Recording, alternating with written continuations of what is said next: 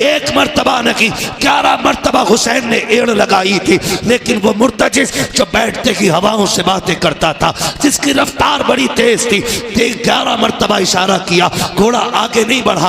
आपने कहा मुर्तजिस क्या बात है, क्यों आगे नहीं चलता है? क्या तुझे पता नहीं है ज़ैनब खेमे के दरवाजे पे खड़ी है, उम्मे रुबाब भी खड़ी है, जल्दी कर, अब हुसैन को यहाँ ना रोक बल्कि खेमे के जल्दी से खेमे के आगे से हटा, करबला के मैदान में ले चल। सबकी बेकरारी बढ़ती जा रही है, आप कह रहे हैं लेकिन मुर्तजिज आगे नहीं बढ़ता।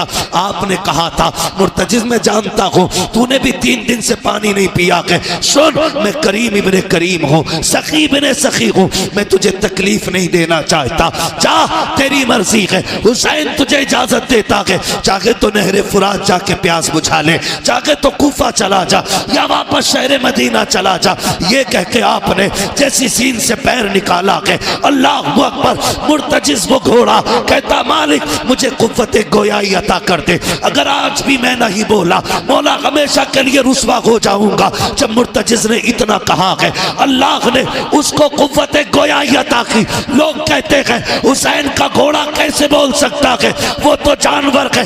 मैं कहता हूं अगर असहाब काफ का कुत्ता बोल सकता है तो क्या अली के बेटे का घोड़ा नहीं बोल सकता? क्या माजरत खां हूं कि आपको बहुत ज़्यादा इंतज़ार भी करना पड़ा, क्योंकि रास्ते में ट्रैफिक बहुत ज़्यादा था। लगभग 1.5 घंटा मानपुर चौकी से टांडे तक आने में लगा है। बहरहाल शुक्र रब का के पहुंच गए जी, वरना हालात ऐसे लग रहे थे कि आज जलसा यहीं हो जाएगा। मगर आप लोगों की मोहब्बतें अभी तक बैठे हुए हैं। इतनी रात तक तो कोई एक तसला बिरयानी के लिए नहीं बैठता है जितनी रात तक आप बैठे हुए हैं। यकीनन अगर मैं पूछूं आपसे क्यों बैठे हैं तो सबका एक ही जवाब होगा, सुना है आप हर आशिक के घर तशरीफ लाते हैं, क्या बात, मेरे घर में भी हो जाए चरागा या रसूल अल्लाह। और ये हुजूर की मोहब्बत है जिसने इतनी देर तक बैठा रखा है। यकीन जाने अल्लाह ने इन महफिलों को इतना बाबरकत बनाया है कि जो इन महफिलों में आ जाता है अल्लाह उसकी मग़फ़िरत फरमा दिया करता है। मैं मुबारकबाद पेश करूंगा उन तमाम नौजवानों को जिन्होंने इस महफिल को सजा करके इतना इंतज़ाम एहतमाम करके ये एक एहसान भी किया है उन लोगों पर जिन्हें मदरसा जाने की फ़ुर्सत नहीं, जिन्हें अपने उलमा के पास बैठने का टाइम नहीं, या जिन्हें अरबाब इल्म दानिश से गुफ्तगू करने का वक्त नहीं, उन पर यह एहसान है कि जो साल साल भर दूर रहते हैं, एक जलसे के नाम पे एक रात इकट्ठा होकर बैठते हैं और ये सोच के बैठते हैं कि इंशाअल्लाह इस महफिल में जो बात हमारे काम की होगी हम उस बात को दिल पे लिख के लेके जाएंगे इंशाअल्लाह। यही अहद करते हैं इंशाअल्लाह। बोल सकते हैं ना आप लोग? बहुत खूबसूरत अंदाज में अभी आपने सैयद साहब क़िबला से हुजूर की नात के अशार सुने, मुझसे भी थोड़ी सी कड़वी बातें सुनेंगे। अगर ना सुनते तो बुलाया ही नहीं होता। मैं तो कहूँगा नहीं, हाथ उठा के बताएं कौन सुनना चाहता है कौन नहीं। मैं जानता हूँ कि जितने बैठे सारे ही सुनने के लिए बैठे हैं, बाकी यहाँ कोई एक दूसरा और कोई मकसद नहीं हो सकता है। और जब मेरे बड़े यहाँ बैठे हैं तो फिर आज बोलने में डर तो बिल्कुल नहीं लगना चाहिए, ठीक है ना? आज हमारे बड़े बैठे हुए हैं तो इनके सामने फिर खुल के बात होगी। आप तैयार हैं सुनने के लिए? जो लोग डर रहे हैं वो घर चले जाएं, और जिन्हें डर नहीं है ये शाहपुरा है। इस ज़मीन ने बड़े बड़े आलिम पैदा किए हैं, अल्लामा कमरुद्दीन साहब, अल्लामा शकील साहब, अल्लामा ज़रीफ़ साहब, और बहुत सारे ऐसे उलमा होंगे जिनके नाम मुझे याद ना है, मगर आपकी ज़मीन ने बड़ा काम हिंदुस्तान में किया है। यकीनन जब इन लोगों में ज़मीन का उतना असर है तो आपके अंदर भी होगा, है ना कोई असर? अगर मिजाज सुनने का है और डर नहीं है तो ज़रा बोल दे सुभान अल्लाह। नहीं नहीं नहीं, जितने लोग हो उतनी आवाज़ ही नहीं निकली अभी आपकी। आपसे ज़्यादा तेज़ आवाज़ मौलाना कमरुद्दीन साहब की है। सुभान अल्लाह, बोले ज़रा सुभान अल्लाह, और जोर से या रसूल अल्लाह। यकीन करें जब से रमज़ान ख़त्म हुआ है रात को भी तकरीर, दिन में भी तकरीर, रात को भी तकरीर, गला भी कहाँ तक साथ देगा। और किसी से छुट्टी मांगो तो देता ही नहीं। ठीक है ना, आप जैसे भी ये कबूल करें। मेरी मेहनत रहेगी और आप साथ दें। खुदा करे कि ये कारवां मंजिल तक पहुंच जाए। ठीक है ना, जो लोग खड़े हैं हमारे नौजवान भाई अगर आ जाए ना तो बहुत अच्छा लगेगा। अगर आ सकते हैं तो आ जाएं। अगर कपड़े उतने टाइट ना हो कि बैठने में दिक्कत हो तो फिर आ जाइए, और अगर पहनने के बाद सिलवाएं तो फिर खड़े रहें।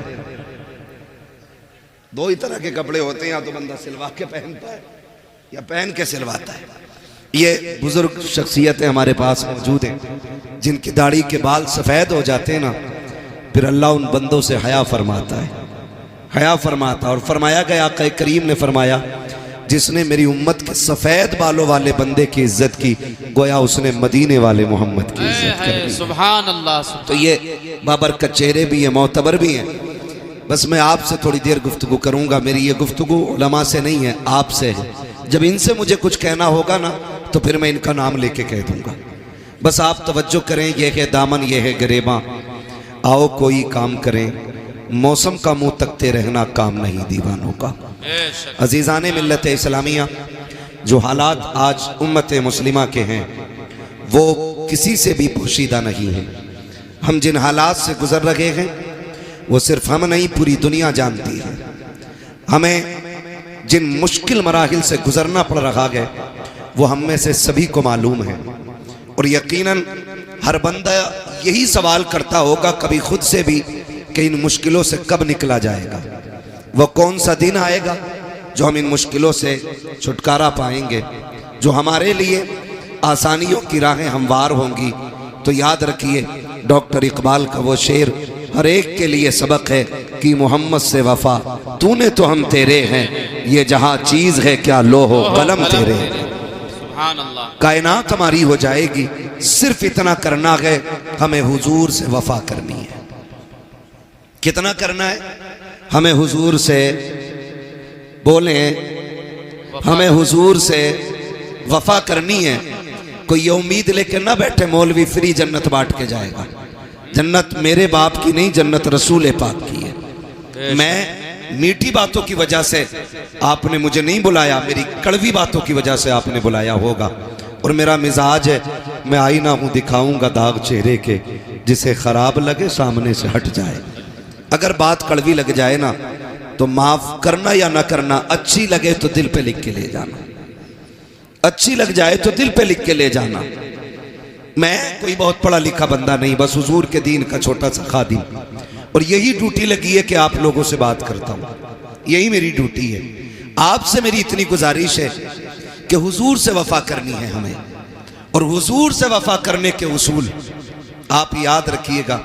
कभी कभी बहुत खुशी होती है कि जब आप देखें कि हुजूर की नामूस की और इज्जत की और उनकी अजमत की बात आती है ना, तो बिना किसी फर्क के पूरी कौम रोड पे उतर आती है।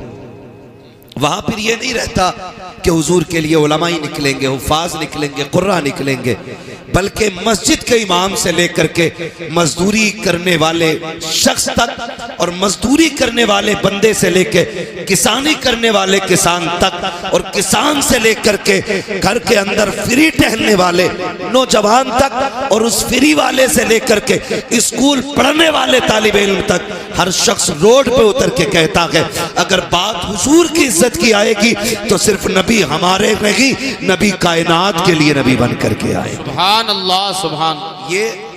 ये कुसूल है। यहाँ आके कलेजा ठंडा होता है। आप देख रहे हैं थोड़े थोड़े शोशे छोड़े जाते हैं, शोशे छोड़े जाते हैं। लेकिन माफ कीजिएगा, आज सबसे बड़ा इस उम्मत को जो नुकसान पहुंच रहा है हमारी कौम में छुपे हुए दलालों से पहुंच रहा है। मैंने बहुत कड़वी बात कह दी, अगर कोई हो तो सुधारे अपने आप को, बुरा ना माने। ये हर गांव की कहानी है। कल जहां जलसे में गए ना कमरुद्दीन भाई, वहां पता ये चला कि दो मुस्लिम पार्टियां हैं प्रधानों की। एक पार्टी ने जलसा कराया, दूसरी ने बैंड लगवाया, और दोनों ही कलमा पढ़ने वाले लोग। दोनों ही कलमा पढ़ने वाले लोग। एक ने कहा कि भाई प्रधान जी बोल रहे हैं, हम बच्चों ने प्रोग्राम रखा है, तो कह दिया ठीक है कर लो। दूसरे ने कहा 5000 पब्लिक है, पूरा गांव मुसलमानों का, और जबकि हमारे जलसों में कोई विवादित गुफ्तगू और झगड़ालू लोग कभी नहीं आते, इसलिए कि ये हुजूर की महफिल है, यहां आवारा और गुंडों का कोई काम भी नहीं है। लेकिन उसने क्या कहा, उसने कहा 5000 पब्लिक है, जलसा बंद कराओ वरना झगड़ा हो जाएगा। लो फिर बैंड लग गया। हुआ यूं कि पैसे गए, जलसा हो गया। नुकसान किसका हुआ? बोले, बोल सकते तो बोले पीछे वाले लोग। किसका नुकसान हुआ? हमारा नुकसान हुआ। आपसे सिर्फ इतनी बात कहने के लिए आया हूं, आज जो हवाएं चल रही है ना, दौर का तकाजा है, हालात का तकाजा है, कुल उम्मत मुस्लिमा को एक जगह इकट्ठा होना पड़ेगा। और जो आपसी इख्तलाफात हैं, किसी के मैंड का झगड़ा, किसी के खेत का झगड़ा, किसी के प्लॉट का झगड़ा, किसी के रास्ते का झगड़ा, किसी की जमीन का झगड़ा, किसी की इज्जत का झगड़ा, किसी की नाक का झगड़ा, किसी की मूंछ का झगड़ा, ये जितने झगड़े हैं ये सारे एक तरफ रखो और सब मुस्तफा की गुलामी में आकर के एक दूसरे के शाना बशाना हो जाओ और दुनिया को बता दो मुस्तफा के चाहने वाले न कल अलग थे न आज अलग हैं। खुदा की कसम, जिस तरह मुस्तफा ने कलमे की रस्सी से कल जोड़ा था, आज भी उम्मत उसी रस्सी से जुड़ी हुई नजर आ रही। नारे तकबीर, नारे रिसालत, मसलके आला हजरत मौलाना हम्माद रजा मुरादाबादी। सुभान अल्लाह, सुभान। आज सबसे ज्यादा जरूरत है इत्तेहाद की, अपनी सफों में इत्तेफाक पैदा करें, वरना ये बहुत जिम्मेदार लोग बैठे हुए हैं। कोई मस्जिदों में सैकड़ों लोगों की क़यादत कर रहा है, कोई मदरसे में सैकड़ों बच्चों की जिंदगी संवार रहा है, कोई अपनी दरसगाह में ऐसी तरबियत दे रहा है कि कुरान वालों की दुनिया भी बेहतर हो जाए, आखिरत भी बेहतर हो जाए। मैं नहीं जानता आप इनके बारे में क्या कहते होगे। आपका कोई किसी के ये चचा होंगे, किसी के भतीजे होंगे, किसी के बेटे होंगे, कोई लल्ला कह के आवाज देता होगा, कोई भतीजा कह देता होगा, कोई चाचा कहता होगा। ये सारे रिश्ते बाद में हैं, लेकिन हुजूर की गुलामी का रिश्ता सबसे पहले है। ये सबसे पहले, ये सबसे पहला रिश्ता है। हम इनका एहतराम इसलिए नहीं करते कि इनके 8 हाथ पैर हैं, इसलिए भी नहीं करते कि इनकी 4 आंखें, इसलिए नहीं करते कि ये बैक वक्त चारों तरफ देखते हैं, बल्कि इसलिए करते हैं कि इनके सीने में जो दीन है वो मेरे मुस्तफ़ा का दिया हुआ है। सुभान अल्लाह, मेरे मुस्तफ़ा का दिया हुआ दीन है। आज जरूरत इत्तेफाक की है, आज जरूरत इत्तेहाद की है। आज उम्मत का हाल बता दूं, खुदा की कसम, जब हवा चलती है ना पीरों की, तो ढूंढ ढूंढ के मुरीद करते हैं, ढूंढ ढूंढ के। क्या कहते हैं कोई दिया? बच्चा है छोटा मोटा, गोद में डाल दो। क्या करेगा भाई? का मुरीद करना है। हम बैत के मुखालिफ नहीं, हम मुरीद और पीर के खिलाफ नहीं है, लेकिन आज उम्मत जिस मकाम पे खड़ी है ना, खुदा की कसम, जिस दिन से ताजु शरिया का विसाल हुआ है ना, आज तक उम्मत लावारिस नजर आती है। आज कोई हमारे सरों पे हाथ रखने वाला नहीं है, आज इस कौम की कोई क़यादत करने वाला नहीं है, आज इस कौम के आगे खड़े होकर के इस कौम की रहनुमाई करने वाला कोई नजर नहीं आ रहा है। आज जरूरत है कि हम मुस्तफा के दिए हुए तरीके को अपना कायद बना लें। कुरान जो हमारे बीच में है उसको अपना रहनुमा की तस्लीम करें और हर जगह अपनी क़यादत के लिए मुस्तफा के दिए हुए तरीके और कुरान को अपना रहनुमा बना करके आगे बढ़े। अगर किसी को किसी से कोई नाराजगी है तो चलो उठो, उसको माफ कर दो, उससे माफी मांग लो। आप अगर ये कहो कि मौलाना माफी तो मांग लूंगा, लेकिन लोग जलील करेंगे, रुसवा करेंगे, कोई छोटा कहेगा, कोई कहेगा डर गया, आज उसकी परवाह नहीं करनी है, उससे कह दो उसके दरवाजे पे जाओ जो तुमसे नाराज है। अगर छोटा भी है उसके दरवाजे पे दस्तक दो और जाके कहो यार मुझे माफ कर दे, अगर कोई खता हो गई है, अगर वो धक्का भी दे, अगर ये भी कहे मुझे तुझसे समझौता नहीं करना, तू कितना बेगैरत है, तू फिर से आ गया है, उससे कह देना आज मैं गैरत और बेगैरत के लिए नहीं बल्कि मदीने वाले के बताए हुए तरीके के लिए आया हूँ। मेरे नबी ने कहा है जो रूठे हुए भाई को पहले सलाम करता है अल्लाह उसके सारे गुनाह माफ फरमा दिया। सुभान अल्लाह, सुभान अल्लाह। बहुत खूब। मना लो, लेकिन किसे मनाए? बाप बेटे में नहीं बनती, चचा भतीजे में नहीं बनती, भाई भाई में नहीं बनती है। हाँ, अगर 1 इंच फालतू नप गई ना तो उसी पे मुकदमे चल रहे। अगर 1 ईंट दीवार में निकल गई, कह रहा है ये क्यों निकली? भाई ये मिस्त्री की भी खता हो सकती है, ये थोड़ी सी निकल गई तो इसमें क्या हुआ? उसी पे झगड़े, इन छोटी छोटी बातों पे इतने बड़े झगड़े। आप जानते हो, माफ करना हुजूर ने सिखाया है। किसने सिखाया? हुजूर ने सिखाया है। आज जब बाप बेटे नाराज हो जाते तो बेटा कहता नहीं नहीं मैं अब्बा को सलाम नहीं करूंगा। कहा क्यों? कहा उन्होंने मुझे चौराहे पे जलील किया था, मुझे डांट दिया था, मैं अपने यारों के साथ खड़ा था। मैं कहता हूं बेवकूफ, जिन्हें बाप डांटते हैं ना वो बेटे खुश नसीब होते हैं, बेशक। इसलिए कि डांटने वाले भी रब नसीबों से अता फरमाता है। क्या बात, सही बात है। ये नसीबों से मिलते हैं। अगर बाप डांट दे तो गुस्सा ना करो, ये हक है उसका, क्योंकि वो बाप है, पावर है उसके पास, क्योंकि वो बाप है। लेकिन हम कितने नाराज हो जाते हैं, बात बात में बाप से नाराज होकर बैठ जाते। कहते मौलाना तुमने तकरीर कर दी, लेकिन मेरे अब्बा से मिल लोगे ना, कहोगे तू ही सही है। हम कभी नहीं कह सकते हैं। याद रखिएगा, मैं बेटों से गुजारिश करूंगा, कभी बाप बेटों में अनबन हो जाती है, इसका मतलब तो ये नहीं है चौक में खड़ा करके मौलाना कमरुद्दीन का हाथ पकड़ के कहो मौलाना मेरे अब्बा को समझा दियो, उनका दिमाग खराब हो गया है। जब घर की बात कोई बंदा तीसरे बंदे से जाके कहता है ना, फिर घर के घरवे हो जाया करते हैं। और याद रखिएगा, जो शान अल्लाह ने हवेलियों को अता की है वो घरवों को नहीं मिली है। हवेली जितनी बड़ी होती है शान उतनी बड़ी होती है। तुम 10 फीट से 5 फीट में आ गए, 5 फीट से 3 फीट में रह गए, क्यों? क्योंकि एक दूसरे की सूरत देखना नहीं चाहते। ये निजाम तो मुस्तफ़ा ने नहीं दिया था, ये तरीका तो आका करीम ने नहीं दिया था। मिंबर रसूल है, सरकार जलवागर है, आका करीम तकरीर फरमा रहे हैं। और तकरीर के दौरान मेरे नबी ने कहा था, सुनो मेरे सहाबा, जिससे उसके अपने नाराज हों वो मेरी महफिल से उठ के चला जाए, मुझे उसकी कतन जरूरत नहीं है। जैसी आका ने इतना कहा है, एक सहाबी नौजवान उठते हैं, तोड़ करके गए, अपनी खाला की चौखट पे खड़े हो जाते हैं। और खाला वो है जिसने अभी कलमा नहीं पढ़ा है। आका करीम ने कहा था, जिससे अपने नाराज हो वो मेरी महफिल से उठ के चला जाए। अब मुझे बता तो सही, अगर बाप से नाराज बेटा जलसे में आके बैठेगा तो क्या मिलेगा? जब उसे नबी की महफिल में बैठने की इजाजत नहीं है तो इस महफिल में आके उसे क्या मिलेगा? जो सगे भाइयों से नाराज है वो इस महफिल में क्या लेने के लिए आया है? जिसने अपने रिश्तेदारों से मुंह मोड़ लिया है वो यहाँ क्या लेने के लिए आया है? यहाँ पे वो बैठे जिससे अपने राजी हो। मेरे नबी ने कहा था, जिससे अपने नाराज हो वो मेरी महफिल से उठ के चला जाए। वो नौजवान उठते हैं और उठने के बाद दौड़ लगाई, सगी खाला के दरवाजे पे आए, अंदर से खाला निकल के आई।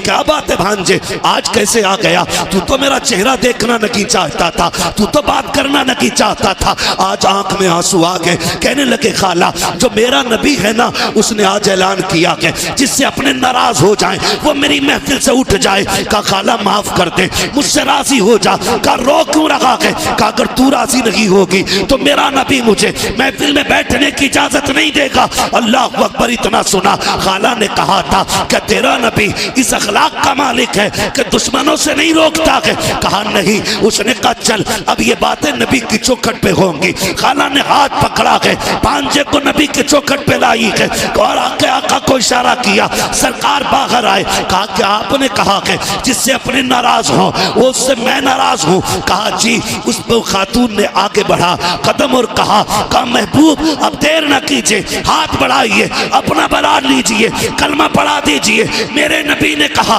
ऐसी क्या जल्दी है? खातून कहने लगी, कहा मैं समझ गई जिसका दीन इतना हसीन है वो दीन लाने वाला पैगंबर कितना हसीन। सुभान अल्लाह, सुभान अल्लाह, वाह वाह वाह, क्या बात, बहुत खूब। आज हम कहते हैं जी मेरे अब्बा से ही नहीं बनती। बाप क्या है? खिलौना, बाजार में खरीदा हुआ गुड्डा।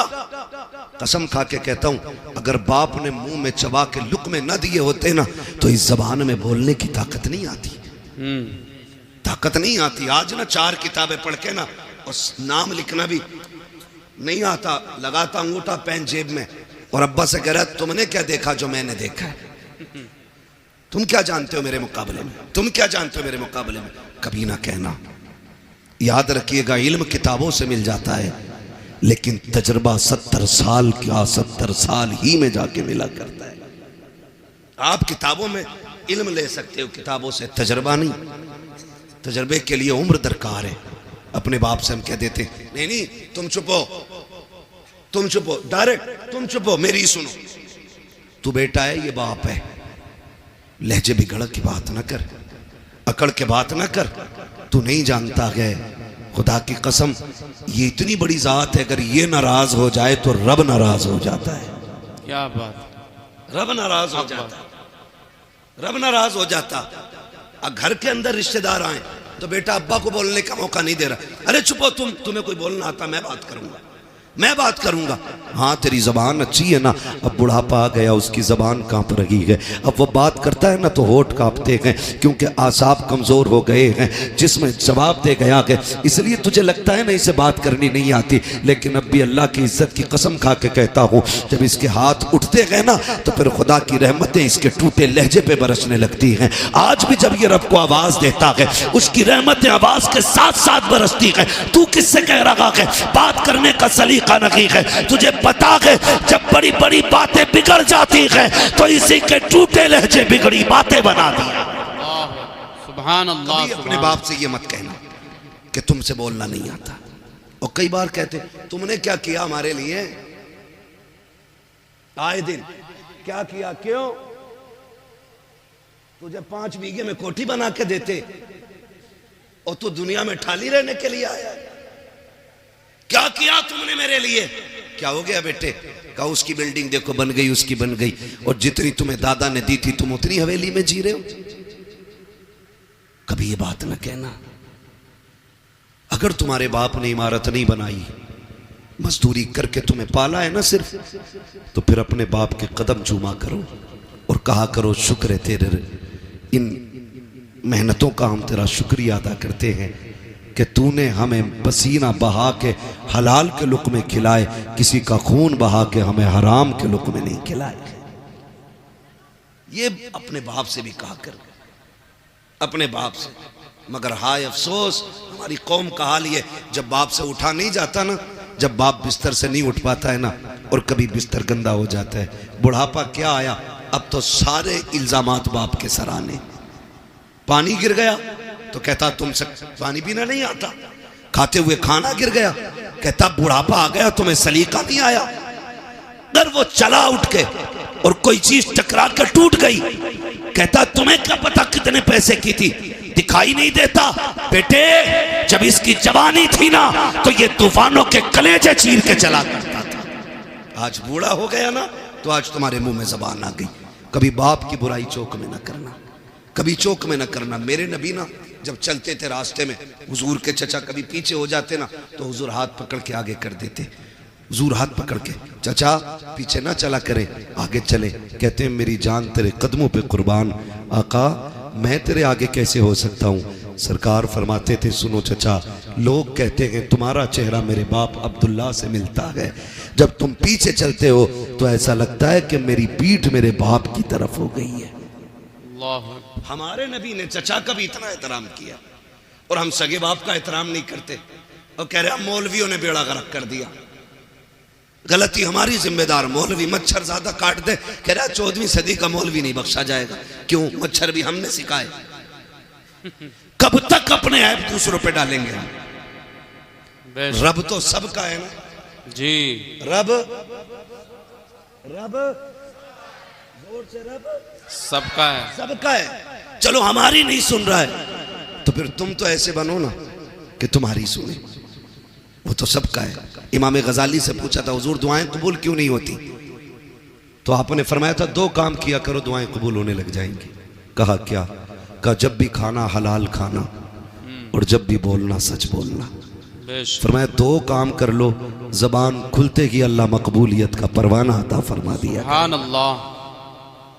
ये 2 काम सबसे ज्यादा जरूरी है। तो मैं आपसे अर्ज कर रहा हूं, माफी, एक दूसरे को माफ कर दें, झगड़े खत्म कर लें। जमीनें बड़ी बड़ी हैं, मौलाए कायनात मौला अली गुजर के जा रहे, 2 बंदे लड़ रहे जमीन के लिए, एक कह रहा था मेरी है, मेरी है। तो हजरत अली को आते देखा, कहा झगड़ा ना करो, फैसला इनसे करा लेते। हजरत अली आए, क्या बात है, का फैसला कर दो। ये कह रहा मेरी है, मैं कह रहा हूँ मेरी है।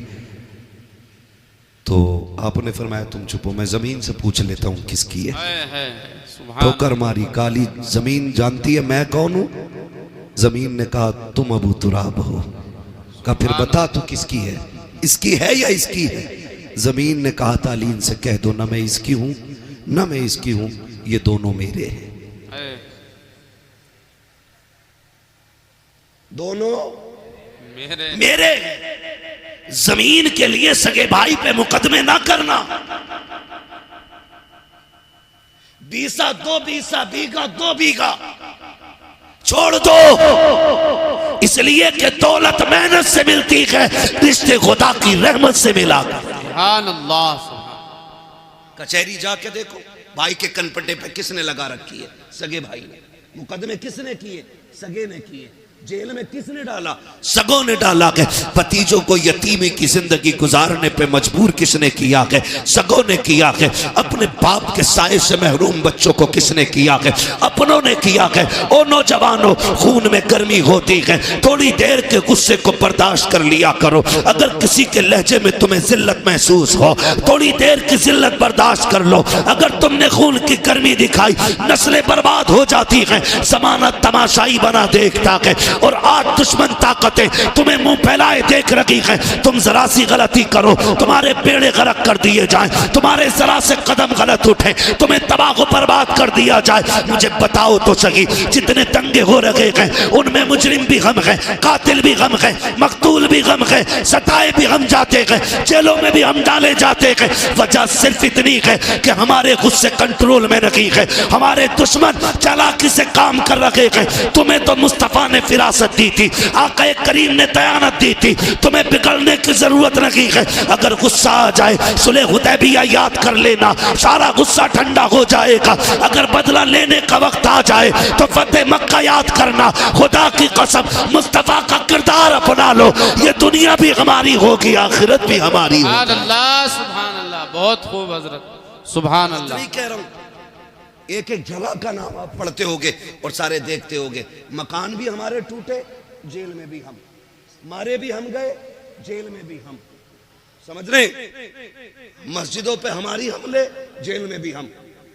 मेरे भाई, गुस्सा गुस्सा गुस्सा कंट्रोल में रखो, कंट्रोल में रखो, वरना दुनिया तुम्हें लूटने पे लगी है, लूटने पे लगी है। 10, 20, 50 हजार, लाख, 10 लाख, 20 लाख ये मुकदमों में लग जा रहे हैं। हम भाई को सजा कराने के लिए 50,000 दरोगा को देने तैयार हैं, लेकिन भतीजे की जिंदगी बचाने के लिए 5,000 हॉस्पिटल में देने तैयार नहीं। ये हमारी सच्चाई है। और गौस का दामन नहीं छोड़ेंगे, आला हज़रत का दामन। अरे पकड़ा ही कब है हमें, छोड़ोगे क्या? पकड़ा ही कब है? किरदार देखें हम अपने। अगर हमारा सगा हॉस्पिटल में हो तो फोन बंद कर लेते हैं, और जब किसी को सजा कराने की बारी आती है ना तो पड़ोसी भी आके बैठ जाते हैं। डरना मत मौलाना, दरोगा से बात करो, तुम पे ना हो तो हम दे देंगे, तुम पे ना हो तो हम दे देंगे। ये फ्री के मुशीर तुम्हारी तबाही का तमाशा देखने के लिए आते हैं। अगर गुस्सा आ जाए बर्दाश्त करना, अपनों पे मुकदमे मत करना, अपनों पे चढ़ाई मत करना, थोड़ी सी बर्दाश्त कर लिया करो। जब थोड़ी सी बर्दाश्त कर लोगे, खुदा की कसम जिंदगी सुकून में गुजर जाए कि कोई तुम्हारा कुछ बिगाड़ने वाला ही नहीं आएगा जी। इसलिए जरूरी है अपनी सफों में इत्तेफाक पैदा करें। झगड़े हैं तो एक दूसरे से समझौते करें, मोहब्बतें पैदा करें। बिरादरी का झगड़ा, खानदान का झगड़ा, जात पात के भेदभाव, इस्लाम इसकी इजाजत नहीं देता है, इस्लाम इसकी इजाजत नहीं देता है। याद रखिएगा, अल्लाह के नजदीक वो अजमतों वाला है जो दुनिया में ज्यादा तकवे वाला है। जैसा आपका तकवा वैसा ही आपका मकाम अल्लाह की बारगाह में बुलंद है। इसलिए मेरी गुजारिश है, पठान, खसाब, जमींदार, ठेकेदार बाद में बने, रब के वफादार बंदे पहले बनने की कोशिश करें। हम लोग पहले बनने की कोशिश करें। भाई क्या होता है जानते हैं आप? आज जाके देख लो, हॉस्पिटल में जितने भी झगड़े होंगे भाइयों ने मारा होगा। थाने में जाके देखो तो दोनों तरफ भाई होंगे। कचहरी में जाके देखो, एक वकील के बिस्तर पे भाई है तो दूसरा भी भाई है। ये कंडीशन है। भाई क्या होता है? करबला सुनी है ना, जानते हो ना करबला? करबला में एक भाई को हुसैन कहा जाता है, दूसरे भाई को अब्बास कहा जाता है। तवज्जो है सारे लोगों की? मैं बताने लगा हूं भाई किसे कहते हैं। एक भाई को हुसैन कहा जाता है, दूसरे को अब्बास कहा जाता है। अब्बास वो है जिसने कभी इमाम अली मकाम का नाम नहीं लिया था। पूरी जिंदगी कभी भाई कह के आवाज नहीं दी थी, जब भी कहा था आका कह के आवाज दी, अपना सरदार कह के आवाज दी, कभी भाई नहीं कहा था। इतना अदब था, इतना अदब। जब करबला में गाजी अब्बास मैदान जाने लगे ना, तो मेरे इमाम ने कहा था अब्बास का जी आका का एक बार मेरे सीने से लग जा। दौड़ के आए, सीने से लग गए। आपने कहा मुझे भाई कहने लगे मेरी माँ उम्मे बनीन ने कभी सिखाया ही नहीं था कि मैं आपको भाई कहूँ। का बचपन से मुझे सिखाया था कभी हुसैन को भाई ना कहना। मैंने कहा था अम्मी उनका बाप भी अली, मेरा बाप भी अली, मैं भाई क्यों ना कहूँ? तो मेरी माँ ने कहा था तू उम्मे बनीन का बेटा है, वो फातिमा ज़हरा का बेटा है। ये अदब सिखाए गए, ये अदब, ये तहजीब सिखाई गई। काश तो भाई कह दे। गाजी अब्बास ने उस दिन कहा था भाई। खुदा की कसम जब जाने लगे तो फिर हुसैन रोए। गाजी अब्बास ने कहा था आज अकबर को लाकर खेमे में रखा, नहीं ऐसे रोए जैसे अब रो रहे हैं। मेरे हुसैन ने कहा था तेरे बाद करबला में मुझे भाई कहने वाला नहीं रहेगा। ये भाई होता है। और तारीख गवाह है, मैदान करबला में गए, तलवारें चली। जब आप घोड़े से नीचे आने लगे, एहतराम किया करो, छोटे बड़े की कदर किया करो। आज हमारे घरों का माहौल ये है कि जो कमाता ज्यादा है उसकी इज्जत ज्यादा है, चाहे छोटा हो या बड़ा हो। अगर छोटा है तो वो बड़े का बाप बन बैठा है। अगर बड़े भाई ने मेहनत करके छोटे को पैसे दे के पढ़ाया है तो पूरे कलम की ताकत छोटे वाला बड़े भाई पे निकालता है। देख मेरे कोट की ताकत ये है, मेरे कलम की ताकत ये है। ओ भाई अपने बड़ों का एहतराम किया करो। जब गाजी अब्बास करबला के मैदान में थे, सवारी से नीचे आए थे, कहा था अदरिकनिया हुसैन, हुसैन मुझे आके संभालो। आका हुसैन ने दौड़ लगाई और आवाज देते गए अब्बास कहाँ हो, कहाँ हो। ये कहते कहते दौड़ लगे गए। एक कोने से आवाज आई हुसैन मैं यहाँ हूँ। आपने जाते जाते पहला बाजू उठाया, कहा इन्ना लिल्लाहि व इन्ना इलैहि राजिऊन। दूसरा बाजू उठाया, दोनों बाजुओं को सीने से लगाया। समझ गए मेरे गाजी के बाजू कटे गए। तारीख गवाह है जब हुसैन गए गए गाजी के पास, एक आंख में तीर लगा गए, दूसरी आंख में खून भरा गए। आपने कहा था आगे हुसैन, कहा जी। आका हुसैन ने भाई का सर गोद में रखा है।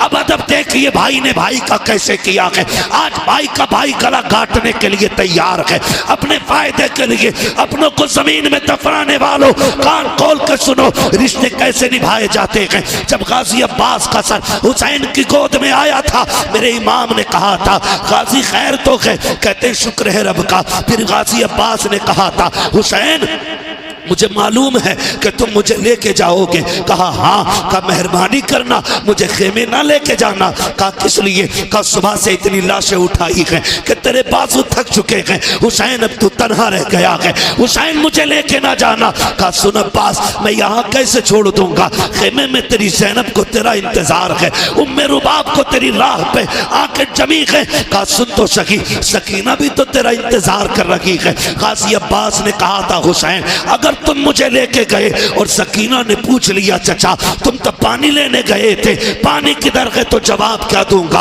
अल्लाह अकबर, तारीख गवाह है। मेरे हुसैन ने भाई के सर को सीने से लगाया, कहा कोई ख्वाहिश हो तो बता। गाजी अब्बास ने कहा था हुसैन अगर मेरे हाथ होते तो तकलीफ ना देता, मेहरबानी कर मेरी एक आंख में तीर लगा के दूसरी आंख में खून भरा के मेरी खून वाली आंख को साफ कर दो। कहा किस लिए? कहा जाते जाते आखिरी निगाह तेरे चेहरे पे डालना चाहता हूँ। ये रिश्ते होते गए। गाजी अब्बास की आंखों से जैसी खून साफ हुआ है, सीने के पार भी तीर है, सीना चलनी है, बाजू कट चुके हैं, पूरा जिस्म लहू लगान है। लेकिन जब हुसैन को देखा लबों पे मुस्कुराहट आ गई। कहा मुस्कुराए क्यों? कहा मैं वो खुश नसीब हूँ कि जिसको आखिरी लम्हे में ये सादत मिली है। मैं उस चेहरे को देख रहा हूँ जिस चेहरे को मदीने वाला बार बार छुपा कर। सुभान अल्लाह, सुभान अल्लाह। ये सुभान अल्लाह होते हैं। और फिर आखिरी सांस ली और हमेशा के लिए खामोश हो गए, हमेशा के लिए खामोश हो गए। भाई कदर करो रिश्तों की, कदर करो। मैं क्या बताऊं हुसैन किस तरह भाई की जिस्म को खेमे में लाए थे। मेरे अजीजों, ये जो रिश्ते अल्लाह ने दिए ना, इनकी कदर कर लें हम। खुदारा निकल जाए इन झगड़ों से, निकल जाए इन नफरतों से। हमें मोहब्बत बांटनी है, मोहब्बत बांटनी है। ना गोरे को काले पे फजीलत है, ना अमीर को गरीब पे फजीलत है, ना किसी तुर्क खान पठान शेख को किसी फकीर किसी अंसारी पे कोई फजीलत है। हुजूर ने एक रस्सी में सबको बांधा और वो रस्सी थी ला इलाहा इल्लल्लाह मुहम्मदुर रसूलुल्लाह। ये एक रस्सी है, आज इसमें बंधने की ज़रूरत है। अगर फ़र्क होता ना तो बिलाल कभी अबू बकर की करवट में खड़े नहीं होते। अगर फ़र्क होता ना तो बिलाल कभी उमर के बाजू पे खड़े नहीं होते। अगर फ़र्क होता तो फतह मक्का के दिन मेरा नबी बिलाल को काबे की छत पे कभी ना चढ़ा। क्या बात, क्या बात। हमने इतने झगड़े पैदा कर लिए, हम एक दूसरे को जलील करने पे लगे हुए, एक दूसरे को नीचा दिखाने पे लगे हुए। ये तो मर के पता चलेगा ऊंचा कौन है नीचा कौन है। हम कौन होते हैं फैसले करने वाले। निकले हम इन झगड़ों से और वो माहौल पैदा करें कि हम दुनिया को बता दें कि मोहम्मद से वफा तूने तो हम तेरे हैं, ये जहां चीज है क्या लोहो कलम तेरे हैं। और सिर्फ यही रिश्ते नहीं, यही रिश्ते नहीं, अगर थके ना हो तो थोड़ी बात आगे बढ़ा लो। थके तो नहीं है ना अभी आप लोग, नहीं थके ना अभी। जो लोग नहीं थके वो कह दें जरा या रसूल अल्लाह। मैं तो आप लोगों की हिम्मत और मेहरबानी कि इतनी रात तक आप बैठे हुए हैं, क्योंकि मैं पूरे 2 घंटे लेट यहां पहुंचा हूं। अल्लाह आपको सलामत रखे। बस अगर सुनना चाहते हैं तो मैं सुनाऊं, लेकिन यह भी अच्छा नहीं लगता ना जबरदस्ती अपनी बात किसी पे थोपी जाए। तैयार है सुनने के लिए? जरा कह दें या रसूल अल्लाह। हमारे कुछ भाई खड़े होकर सुनने, अल्लाह इन्हें सलामत रखे। हाँ, ये भी बड़ी बात है, क्योंकि इतनी देर खड़ा रहना भी छोटी बात नहीं है, बड़ी बात है। हाँ, और माशाल्लाह खड़े वाले बंदों ने भी हाथ उठाया है। कभी और खड़े रह सकते, आप बैठे रह सकते। ये शाहपुरा इतने बड़े बड़े मौलाना लोग यहां रहते और आप सर हिला के कह रहे बैठ सकते हैं ना थोड़ी देर। सलामत रहें माशाल्लाह। हाँ, बस मैं अर्ज करूं आपसे, एक ये रिश्ता भाई का भाई से रिश्ता, फिर एक रिश्ता और बेटी का रिश्ता, बहन का रिश्ता, ये भी मजबूत करने। कोई भी किसी का भी दामाद हो, उससे मैं गुजारिश करना चाहूंगा, ससुराल में जाके तोप ना बना करो। दामाद है, कोई तूफान नहीं है तू। हमने ऐसे भी हज़रत दामाद देखे जिनकी मोहल्ले में कोई औकात नहीं अपने, वो ससुराल में टांग पे टांग रख के बैठे होते। सही बता रहा हूं। हाँ, मोहल्ले वाले कहते हो पुनवा, मतलब सही से नाम भी नहीं लेते मोहल्ले वाले, और ससुराल में वो वैल्यू बनाई है इसने, रोला बना के रखा। पढ़ा लिखा भी ससुर है ना, कह रहा इनसे पूछो भाई हमारे बड़े दामाद हैं, तो वहां इतनी लंबी अलग ही रख रहे हैं। सुने, अल्लाह ने एक जिंदगी मुकम्मल की है, बेटी के जरिए, बहन के जरिए, बीवी के जरिए। ये जिंदगी के बड़े अहम हिस्से हैं। अगर बेटी ना हो तो आंगन सूना, अगर बहन ना हो तो हवेली सूनी, अगर बीवी ना हो तो घर सूने।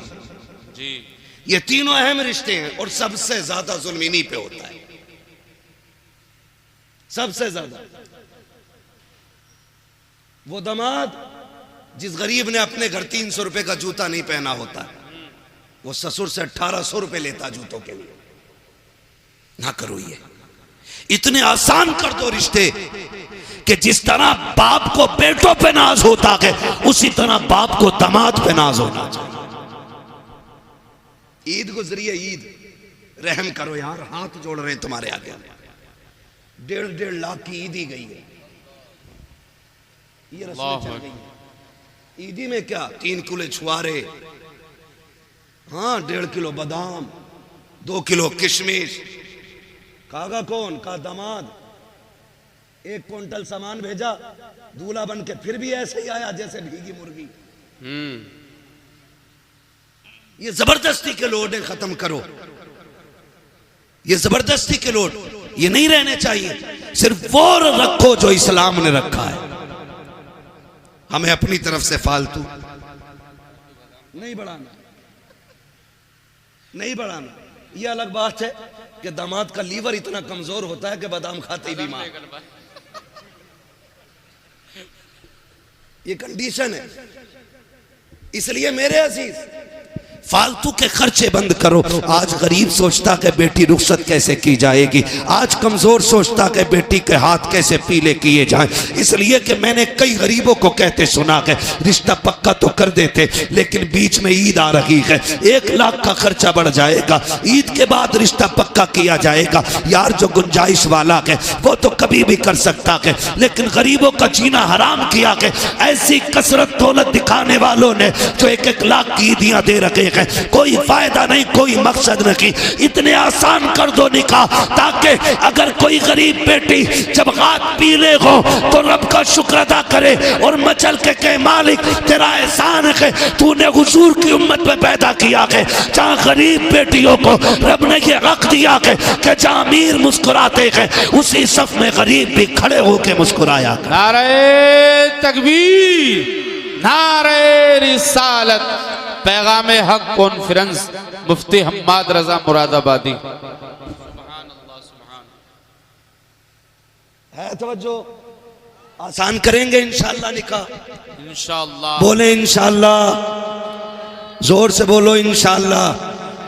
हाँ सब नहीं, बहुत गौर से सुन रहे हैं। चलो कोई बात नहीं, कुछ ये सोचते हैं मुझ पे ही बोल रहे दिखें। होता है ऐसा, कहते हैं चोर के पैर कितने होते हैं। किसी को भी कहो कि मौलाना मुझे ही कह रहा होगा, मेरे पड़ोस वाले ने जरूर कही होगी।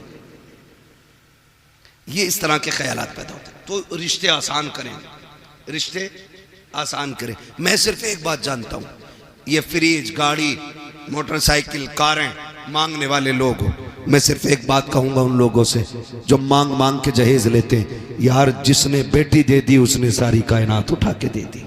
बेशक बेशक, मानते नहीं इस बात को जी। जिसने बेटी दे दी उसने सब कुछ दे दिया, सब कुछ दे दिया।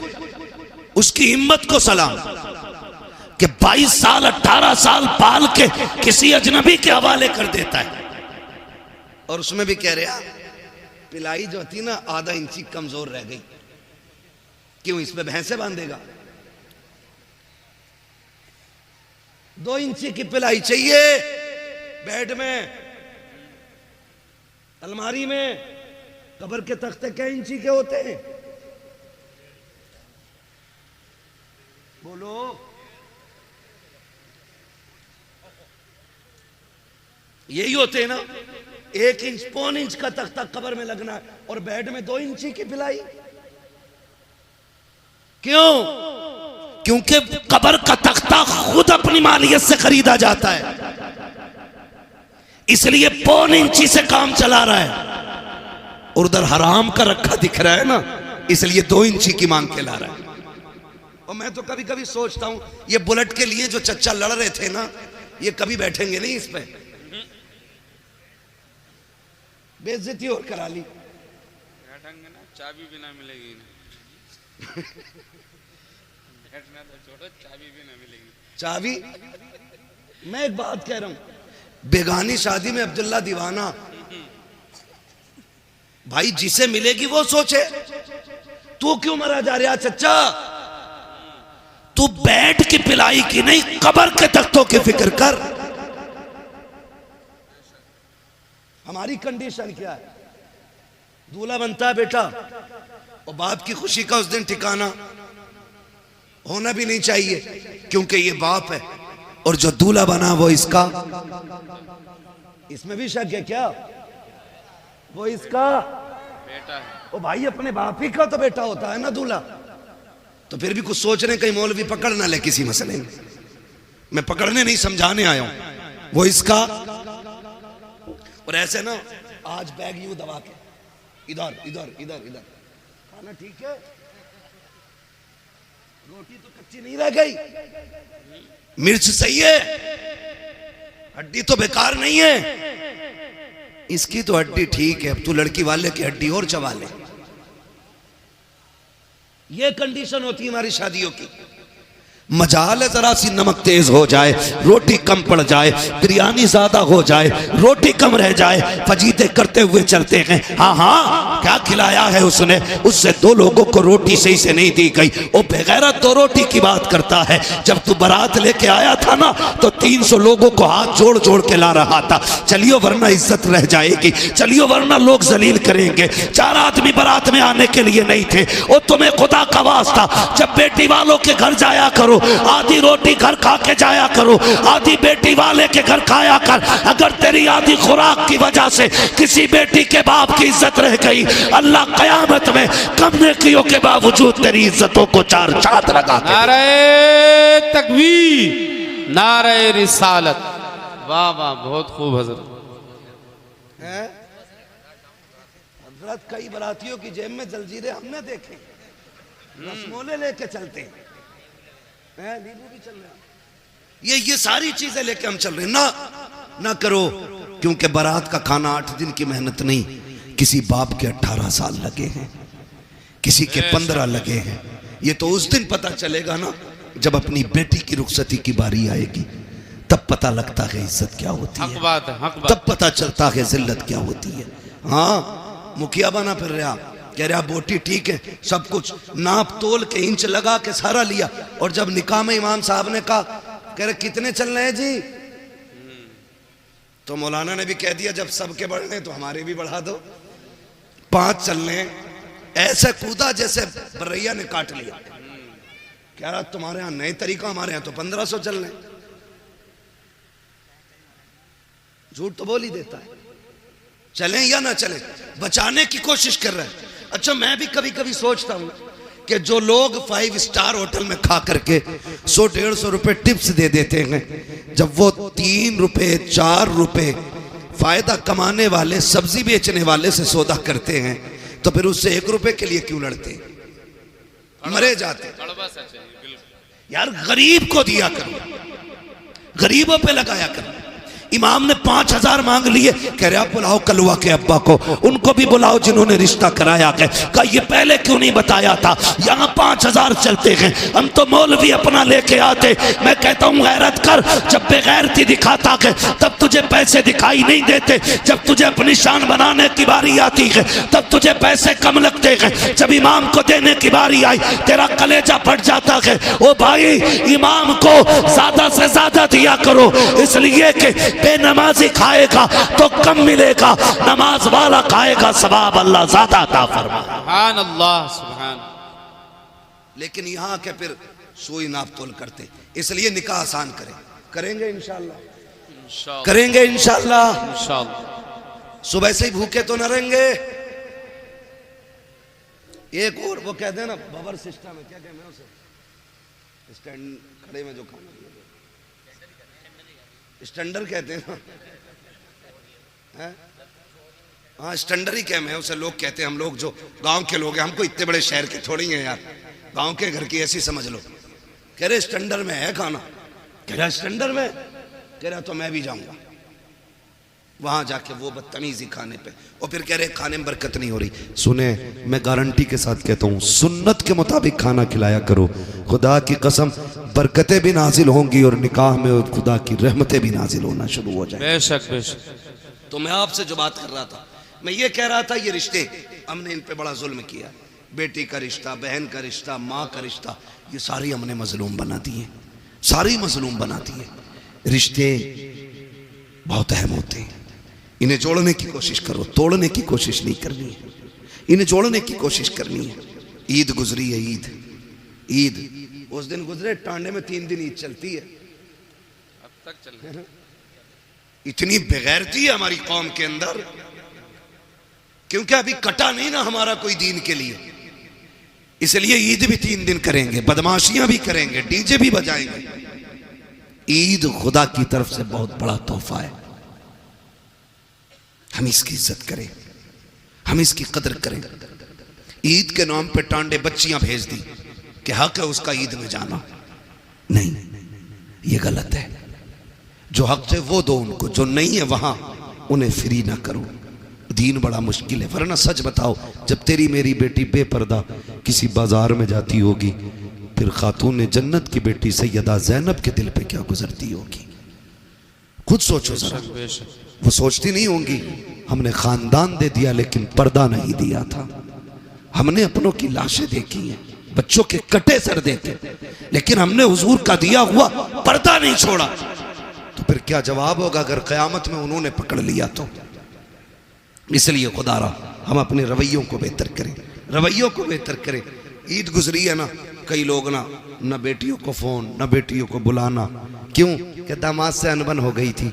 समधी जो हो ना, समधी भी मुझे तो कहीं कहीं ऐसा लगता कि पूरे आतंकवादी होते। सही कह रहा हूं? कह रहा जाऊंगा नहीं, मूछ का मसला, और जागा मेरा लड़का भी नहीं। निकाह लड़के का हुआ, अब्बा तुम्हारा नहीं हुआ है। बेटी पे सितम न करो, वरना अल्लाह ऐसा रगड़ेगा सारी समझीगिरी निकाल देगा। जो बने बैठे ना हम समझी हैं, ना करें। बाप को बेटियां बड़ी प्यारी होती हैं, बेटियों को कभी माँ बाप से जुदा ना करें। खुद भी इनके साथ शामिल हो, इनको भी माँ बाप के साथ भेजें, उनके पास भेजें, ताकि बेटियों की खुशियों में कमी ना रह जाए। ये हम सभी पे लाजिम है। इन रिश्तों को निभा के चलें। और बस आखिरी बात आपसे ये कह के मैं बात खत्म करूं कि हम जिस सोसाइटी में जी रहे हैं ना, उस सोसाइटी में सबसे अहम और सबसे खास बात यह है कि हमें पढ़ना होगा, आगे बढ़ना होगा। जी, जिसके पास 50 बीघे जमीन है वो पढ़ाते ही नहीं है। कह रहा ट्रैक्टर हैगा तो ये जोतेगा, अगर कलम ले लेगा तो जमीन कौन देखेगा? एक साइन में सारी छिन जाती है।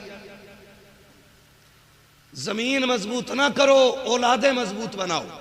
जी जी। आपके पास 50 बीघे के 5 बीघे बेच के बच्चों को पढ़ाइए, और बच्चों को इतना मजबूत बना दो कि वो किसी पे बोझ ना बने, बल्कि दूसरों का बोझ खुद उठाने लगे। बेशक बेशक। पढ़ाइए अपने बच्चों को, और आने वाला दौर बम का नहीं, बारूद का नहीं, कलम का दौर है। जी।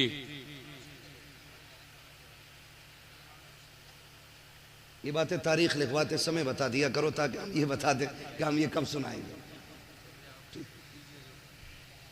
मैं चलिए मैं सुना दूंगा एक वाकया, जरूर आपका मन इस बात में रख लिया जाएगा। ठीक है, आप खुश रहिए। ठीक है ना? इन बच्चों ने बड़ी मेहनत की है, तो अगर ये चाहते हैं तो इंशाल्लाह वो मैं जरूर सुनाऊंगा। ठीक है, जरा कह दें या रसूल अल्लाह, या रसूल अल्लाह।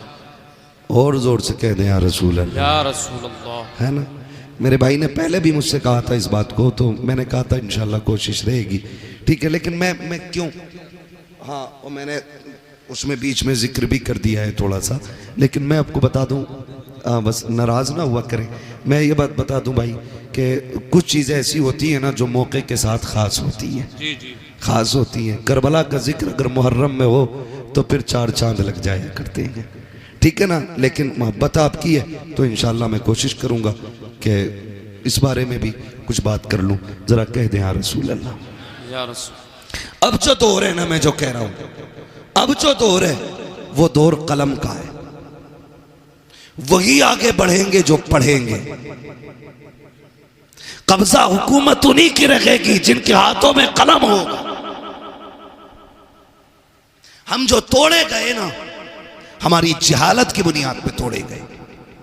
हम जो पीछे धकेल दिए गए, हमारी नाकाबिलियत की बुनियाद पे पीछे धकेला गया। हम पैसे देकर के हाई स्कूल पास करते और फिर कहते मुसलमान थे इसलिए निकाल दिया। हाँ, 10% ये वजह हो सकती है कि हमारे मुसलमान होने की वजह से हटाया गया, लेकिन 90% हमारी जो पीछे हटाने की वजह होती है वो होती है हमारी लाइल्मी। जी नौजवानों, किसी ऐसे स्कूल में ना पढ़ना जहां पैसे लेकर के नकल कराई जाती हो। खुद मेहनत करना, और इतनी मेहनत करना कि अपनी काबिलियत से हर एग्जाम को पार करके मनसब हासिल करो। लोग कहते हैं कि काबिल लोगों को नौकरी नहीं मिलती, मैं ये कहता हूं किसी मर्ज का इलाज बन जाओ, मरीज दौड़ता हुआ खुद तुम्हारी चौखट तक आ जाए। बेशक बेशक। इसलिए तालीम पे सबसे ज्यादा गौर करना है, पढ़ना है। आज हमारे लिए सबसे ज्यादा जरूरी है। और जरूरी नहीं है कि मौलाना ही बनाए, मौलाना ही बनाए, ये जरूरी नहीं है। दीन की बुनियादी बातें सिखाइए, फिर बेटे को IAS IPS बनाइए, फिर बेटे को आप एक दीनदार वकील बनाइए। उससे कहिए तुझे हक के लिए मुकदमे लड़ने हैं, तुझे सच के लिए कोर्ट में आवाज उठानी है। ऐसे बेटे बनाओ और फिर तैयार करो अपनी कौम के नौजवानों को। हर कोर्ट में जब हुजूर का गुलाम खड़ा होगा ना और कह देगा मुझे झूठा मुकदमा नहीं लड़ना, मैं सच के लिए लड़ूंगा, लोग सोचने पे मजबूर हो जाएंगे आज के गुलामों का किरदार ऐसा है तो फिर नबी के उमर का किरदार कैसा रहा हो। सुभान अल्लाह। इसलिए पढ़ेंगे इंशाअल्लाह। बच्चे बैठे, नौजवान बैठे, PUBG कितना खेल ले हो? बहुत दबा के खेलने हैं बच्चे। दबा के चल जाना, जिस कोने पे बैठ जाओ उठता ही नहीं। हाँ, हर वक्त यूं। क्या है ये? हमारा वक्त बर्बाद हो रहा है। कोई और कौम इतना नहीं खेल रही है, सच बता रहा हूं। हम रातों में चलते हैं, अगर रोड पे नौजवान मिले रात में हम समझ जाते हैं ये मुसलमानों का गांव है। और जहां वक्त से लोग सो जाते हैं हम समझ जाते हैं हम मुसलमान ही नहीं रहते, क्योंकि हमारा जो उसूल है ना वो बड़ा बेकार होता जा रहा है। रहन सहन खराब, तौर तरीके बदल गए। नौजवानों, अब मोबाइल चलाने का वक्त नहीं है, अब कलम चलाने का वक्त आ गया है। पढ़ो, आगे बढ़ो, ये साइंस तुम्हारे कदमों में होगी, ये तरक्कियां ये सब तुम्हारी होंगी, लेकिन शर्त है खेल छोड़ करके हमें तालीम की तरफ आना पड़ेगा। बेशक तालीम की तरफ आना पड़ेगा। ना हमारे अच्छे स्कूल हैं, ना हमारे अच्छे हॉस्पिटल हैं, ना हमारे अच्छे कॉलेजेस हैं, ना हमारे अच्छे मदरसे रह गए, क्योंकि मदरसों से तो लोगों ने नफरत इतनी कर ली ना, उन्हें लगता है कि ये मदरसे जो है ना सिर्फ चंदों के लिए हैं। नहीं, खुदा की कसम, अगर ये मदरसे ना होते हमारे चेहरों पे ताड़ियां नहीं होती, अगर मदरसे ना होते सरों पे टोपियां नहीं होती, ये मदरसों की देन होती है। तुम्हें क्या लगता है जो सरे हुसैन ने नेज़े पे कुरान पढ़ा था, क्या सिर्फ वो इमाम हुसैन का कमाल था? नहीं, खातूने जन्नत ने दूध पिलाते वक्त कुरान सुनाया था, सर कटा के नेज़े पे हुसैन ने कुरान पढ़ के सुना। सुभान अल्लाह, सुभान अल्लाह। जब दरसगाह ऐसी होती है ना तो फिर बेटे ऐसे होते, फिर बेटे ऐसे होते। मैं आपसे अर्ज कर रहा था, खुदारा रिश्ते बेहतर करें और अपने बच्चों को तालीम दें, पढ़ाएं अपने बच्चों को, खुद भी पढ़ें, बच्चों को भी पढ़ाएं। अल्लाह ताला हमारी नस्ल को कुरान पढ़ने, सुनने, समझने की मौला करीम तौफीक अता फरमाए। और हुजूर के सदक़े में अल्लाह हमारी नस्लों में उलमा, हुफ़ाज़, कारी, IAS IPS अल्लाह हमारी कौम में पैदा फरमा दे। आमीन कह दो भाई। आमीन। हाँ, यह आमीन कहने वाली बात थी। तो पढ़ने की कोशिश करें। और मैं ज़मींदारों से, गुंजाइशदार लोगों से कहना चाहता हूँ, अगर आपके बच्चे किसी काम में लग गए हैं और आपके पास अब पढ़ने वाला बच्चा नहीं है ना, तो फिर आप ये तलाश करें कोई गरीब बच्चा हो जो आगे बढ़ना चाहता है, पढ़ना चाहता है, अच्छा है, ज़हीन है, अच्छे नंबरों से पास हुआ है, तो फिर आप अपने पैसे से उसकी मदद करके उसको पढ़ाएं और उससे कह दें अगर डॉक्टर बन जाए ना तो 6 दिन अपने लिए दवा देना और 1 दिन मदीने वाले के नाम पे तुझे फ्री दवाइयां बांटनी है। सुभान अल्लाह। करेंगे इंशाअल्लाह ये भी। हम चंदा करके, मेहनत करके जलसा कर लेते हैं, हम मेहनत करके मज़ारों के गुंबद बना लेते हैं, हम चंदा करके 5 लाख 7 लाख का मीनार बना लेते। तो हम पैसा इकट्ठा करके अपने गांव के अंदर एक IAS IPS नहीं बना सकते? बोलो, बना सकते कि नहीं? अगर हर गांव के अंदर एक IAS होना तो फिर कोई भी इलाका कमजोर नहीं होगा। जी, ये याद रखिए। हमारे तो प्रधान भी ऐसे अंगूठा छाप होते हैं, ऐसे जा कह रहे हैं पुलिस वाले से, भाई क्यों आए गाँव में, जबकि गाँव का मालिक प्रधान होता है। पुलिस वाले को इजाजत नहीं है प्रधान की इजाजत के बगैर गांव में कदम रखे, लेकिन चच्चा को पता ही कुछ नहीं है क्योंकि पढ़े ही नहीं है। पढ़े, काबिल बने, अपने हुकूक जाने, जो आपको राइट्स मिले वो समझिए आप, ताकि कोई कमजोरी पैदा ना हो, ताकि कोई कमी ना रह जाए। पढ़ेंगे इंशाअल्लाह, जी इंशाअल्लाह, वादा करें सारे इंशाअल्लाह। पढ़ाएंगे बच्चों को, जी इंशाअल्लाह। पढ़ाएंगे कि दुकान कराएंगे? अरे बहुत पढ़ा लिया, अल्लाह को 10वीं पास है, चल बैठ दुकान बजा कर शटर खोल। 10वीं पास करा के ना और बैठा दिया दुकान में, है ना। और फिर लल्ला ने 2 ही चीजें याद की, यस और नो, बस वही काबिल हो गया। साइन करने हमें नहीं आते, हम कुछ पढ़ नहीं सकते, तो क्या फायदा। कोशिश करें आज ही से कि एक हम बंदा ऐसा तैयार करेंगे जो हमारे गांव का होगा और आईएएस होगा, आईपीएस होगा। ये तैयारियां करें अगर वजूद को बाकी रखना चाहते हो, वरना ये सोच लेना दीन तुम्हारे ऊपर नहीं है आया यूं रिशो तातार के अफसाने से, पासबां मिल गए काबे को सनम खाने से। हाँ, जिसने नबी की आल को कत्ल किया था वो यहूद और नसारा नहीं थे, वो इसी दीन का कलमा पढ़ने वाले लोग थे, वो हुजूर का कलमा पढ़ने वाले लोग थे। अल्लाह ने उनका ऐसा बेड़ा गर्क किया, आज उनका नामो निशान नहीं मिलता है। तो आपको क्या लगता है दीन हमारे ऊपर टिका हुआ है? हम कुछ भी कहें करें, अल्लाह को हमको जिंदा रखना ही है, महज अल्लाह उसकी कोई मजबूरी है? वो तो ये कहता है अगर तुम मेरे दीन से खिलवाड़ करोगे मैं तुम्हें खत्म करके तुमसे अच्छे लोग ला के रख दूंगा, ये उसका ऐलान है। इसलिए खुद से कोशिश करो। वो कुरान की आयत करीमा में हाफिज तो नहीं हूं, इन्नल्लाह ला युगय्यिरु मा बिकौमिन हत्ता युगय्यिरु मा बिअनफुसिहिम, है अल्लाह ताला किसी कौम के हालात उस वक्त तक नहीं बदलता जब तक कौम अपने हालात बदलने की खुद से कोशिश नहीं करती। हमें कोशिश करनी है खुद से, हमें। फिर आप कोशिश करें, कामयाबी देना रब का काम है, करेंगे इंशाअल्लाह। इसी दीन के लिए करबला में शहादतें हुई हैं। खाली सुन के घर जाके हुसैनी नहीं बन सकते हो, किरदार में भी हुसैनी बनना पड़ेगा, अखलाक में भी हमें हुसैनी बनना पड़ेगा, तौर तरीके भी हमें करबला वालों के होने चाहिए। मैं आपसे अर्ज कर रहा था, रिश्ते निभा के चलें। जिस तरह आप मेहनत से बेटों को पढ़ाते हैं उसी तरह मेहनत से बेटियों को भी पढ़ाइए, बेटियों को भी पढ़ाइए। हम बेटों को इसलिए मेहनत से पढ़ाते कि ये बुढ़ापे का सहारा होता है, और बेटियों को इसलिए नहीं पढ़ाते क्योंकि वो पराए घर चली जाती हैं। ना करें, याद रखें, बेटे बुढ़ापे के सहारे होते हैं, बेटियां आखिरत का सहारा हुआ करती हैं। सुभान अल्लाह। उन्हें भी पढ़ाइए। और याद रखिएगा, जब बुरे वक्त में बेटे भी साथ छोड़ जाते हैं ना, तो फिर बेटियां ही काम आया करती हैं, ये भी याद रख लेना।